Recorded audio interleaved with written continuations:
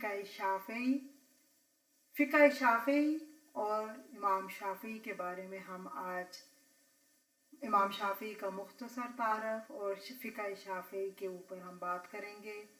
फ़िक़्ह शाफ़िई हदीस और फ़िक़्ह का संगम है।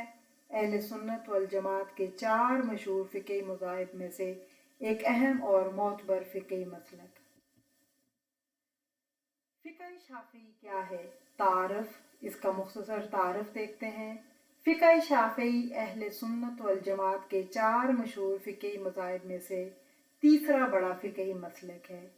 इसकी बुनियाद इमाम मोहम्मद बिन इदरीस अश-शाफ़िई ने रखी, जो 2री सदी हिजरी के अजीम फ़क़ीह और मुहद्दिस थे। ये फ़िक़्ह हदीस और क़ियास के दरमियान तवाज़ुन की बेहतरीन मिसाल समझी जाती है और आज भी दुनिया भर में लाखों मुसलमान इसकी पैरवी करते हैं। फ़िक़्ह शाफ़िई की नुमायाँ ख़ुसूसियात देखते हैं। कुरान और सुन्नत की अव्वलियत, यानी कुरान मजीद और सही हदीस को सबसे आला और कतई मकाम दिया गया है। उसके बाद सही हदीस की तरजीह, ज़ईफ़ क़ियास के मुकाबले में सही हदीस को हमेशा तरजीह दी जाती है। और असूल फ़िक़्ह की तदवीन, असूल फ़िक़्ह को बाकायदा एक मुस्तकिल इल्म की शक्ल देने का एजाज़ इमाम शाफ़िई को हासिल है।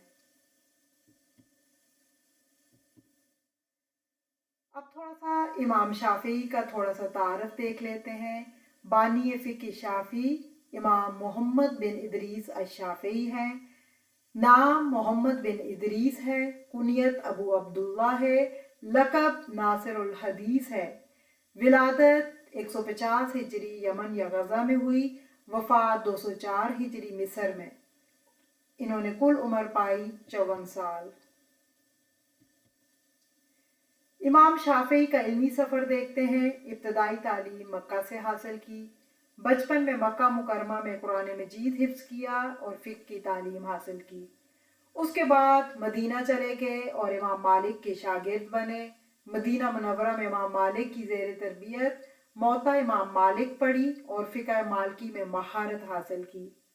फिर इसके बाद इराक़ का सफ़र किया और फ़िक़्ह हनफ़ी का मुताला किया। इराक़ का सफ़र करके फ़िक़्ह हनफ़ी के अकाबर उलमा से इस्तिफ़ादा किया और क़ियास के असूलों को सीखा।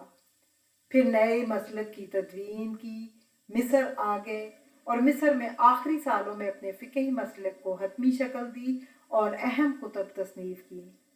जो ख़ास बात है वो ये कि इमाम शाफ़िई वो वाहिद इमाम हैं जो फ़िक़्ह हनफ़ी और फ़िक़्ह मालिकी दोनों के इल्मी वारिस हैं, जिसने इन्हें फ़िक़्ही मसाइल में जामे नज़र अता की।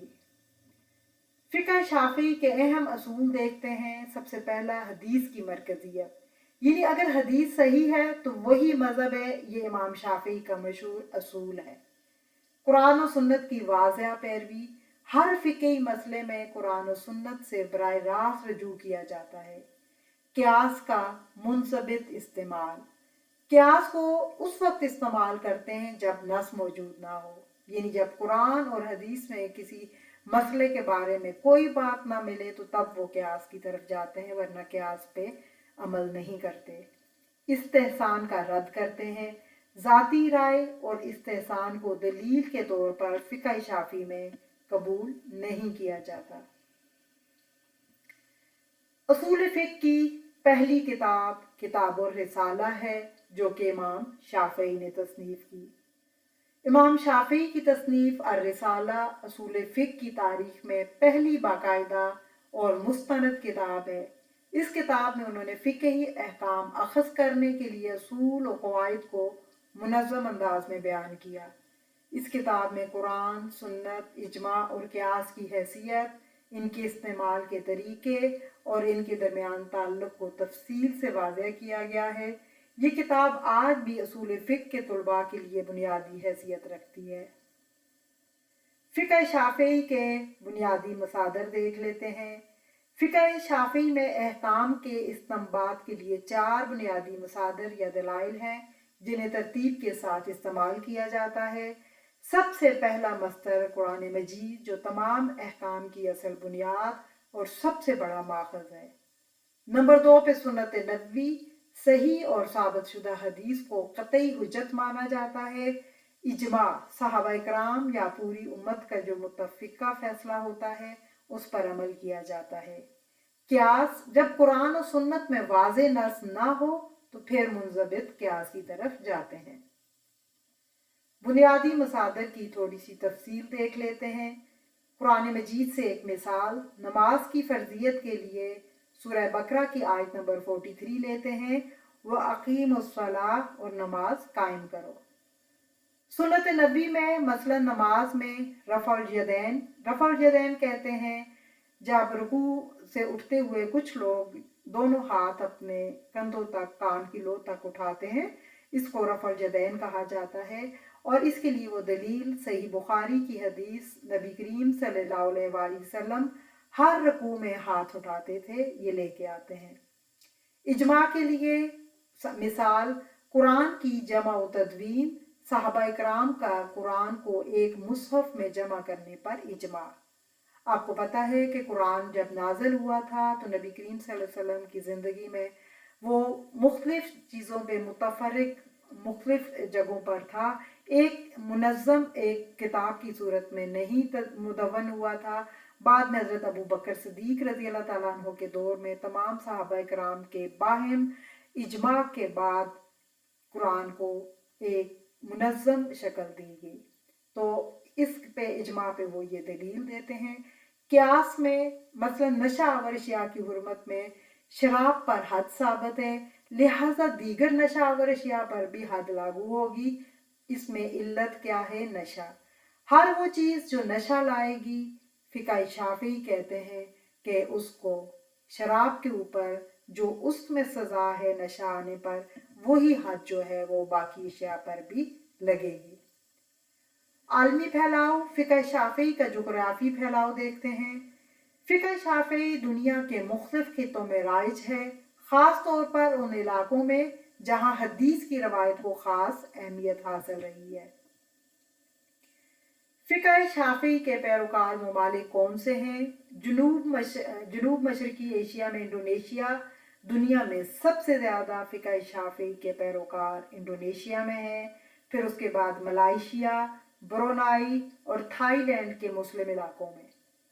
अफ्रीका और मशरिक़ वुस्ता में मिस्र में जुज़वी तौर पर, सोमालिया, केनिया और तंजानिया में भी फ़िक़ह शाफ़ी के पैरोकार पाए जाते हैं। जज़ीरा नुमाए अरब में यमन में जुज़वी तौर पर, शाम में जुज़वी तौर पर और हिजाज के बाज़ इलाकों में इमाम शाफ़ी के पैरोकार हैं। अब फ़िक़ह शाफ़ी की मशहूर कुतब देखते हैं। पहले इमाम शाफ़ी की अपनी तसानीफ़, उसके बाद के उलमा की तसानीफ़। इमाम शाफ़ी की जो अपनी तसानीफ़ है उसमें सबसे मशहूर अर-रिसाला जो कि असूल फ़िक़ह की बुनियादी किताब है, और अल-उम फ़िक़ह शाफ़ी का अहम तरीन माख़ज़ जो है। उसके बाद इख्तिलाफ़ुल हदीस, अहदीस के ज़ाहिरी इख्तिलाफ़ात की तोज़ीह के ऊपर ये किताब है। फ़िक़ह शाफ़ी की बाकी जो मशहूर कुतब वो बाद के उलमा की अहम कुतब हैं। उनमें अल-मुहज़्ज़ब इमाम शिराज़ी की है, शरह अल-मुहज़्ज़ब इमाम नववी की है, रौज़तुत तालिबीन इमाम नववी की, मिनहाजुत तालिबीन इमाम नववी की, तोहफ़तुल मोहताज इब्न हिजर की है, निहायतुल मोहताज रमली की है। इमाम नववी जो है वो फ़िक़ह शाफ़ी के सबसे बड़े शारे और मुफस्सर माने जाते हैं, और इनकी तसानीफ़ आज भी फ़िक़ह शाफ़ी की तालीम में बुनियादी हैसियत रखती है। फ़िक़ह शाफ़ी का इल्मी मुकाम देखते हैं। हदीस और फ़िक़ह में तवाज़न। फ़िक़ह शाफ़ी ने हदीस और अक़ली इस्तिदलाल के दरमियान बेहतरीन तवाज़न कायम किया है, जिसकी वजह से ये अहले हदीस और अहले फ़िक़ह दोनों में मकबूल है। असूल फ़िक़ह की बुनियाद। इमाम शाफ़ी ने असूल फ़िक़ह को एक मुस्तकिल इल्म बनाया, जिसके बाद तमाम फ़िक़ही मकातब फ़िक्र को मुतासर किया। तालीमी अहमियत। आज भी दुनिया भर की इस्लामी जामियात और मदारस में फ़िक़ह शाफ़ी को बाकायदा निसाब में शामिल किया जाता है और उसकी तालीम दी जाती है। फ़िक़ह शाफ़ी की इम्तियाजी खुसूसियात देख लेते हैं। नंबर 1, दलील पर मबनी फ़िक़ह। یعنی ہر مسئلے میں قرآن و حدیث سے براہ راست استدلال کیا جاتا ہے اور کبھی بھی رائے کو بغیر دلیل کے قبول نہیں کیا جاتا۔ نمبر 2 پہ وسطیت اور اعتدال۔ فقہ شافعی نہ تو زیادہ سخت ہے اور نہ بہت نرم، بلکہ اعتدال اور وسطیت کا بہترین نمونہ ہے جو شریعت کی حکمت کو سمجھاتا ہے۔ نمبر 3 علمی وسعت۔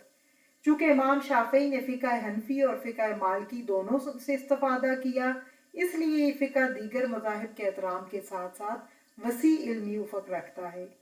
نمبر 4 عملی قابلیت۔ فقہ شافعی صرف نظریاتی نہیں بلکہ عملی زندگی میں آسانی سے قابل اطلاق ہے، جس کی وجہ سے دنیا بھر میں اس پر عمل ہو رہا ہے۔ آخر میں خلاصہ اور اہم نکات دیکھ لیتے ہیں۔ فقہ شافعی اسلامی فقہ کی تاریخ میں ایک عظیم علمی کارنامہ ہے جس نے حدیث اور فقہ کے درمیان پل کا کام کیا۔ امام شافعی کی بصیرت نے نہ صرف ایک نیا فقہی مذہب دیا بلکہ اصول فقہ کو ایک مستقل علم کی صورت دی جس سے تمام فقہی مکاتب نے استفادہ کیا۔ آج انڈونیشیا سے لے کے مصر تک لاکھوں مسلمان فقہ شافعی کی پیروی کرتے ہیں اور اس کی تعلیمات پر عمل کرتے ہیں۔ یہ فقہ اپنی اعتدال، دلیل پر مبنی طریقہ کار اور عملی قابلیت کی وجہ سے آج بھی زندہ ہے۔ اگر حدیث صحیح ہو تو وہی میرا مذہب ہے، امام شافعی کا اصول اور اسی اصول پر فقہ شافعی کی بنیاد۔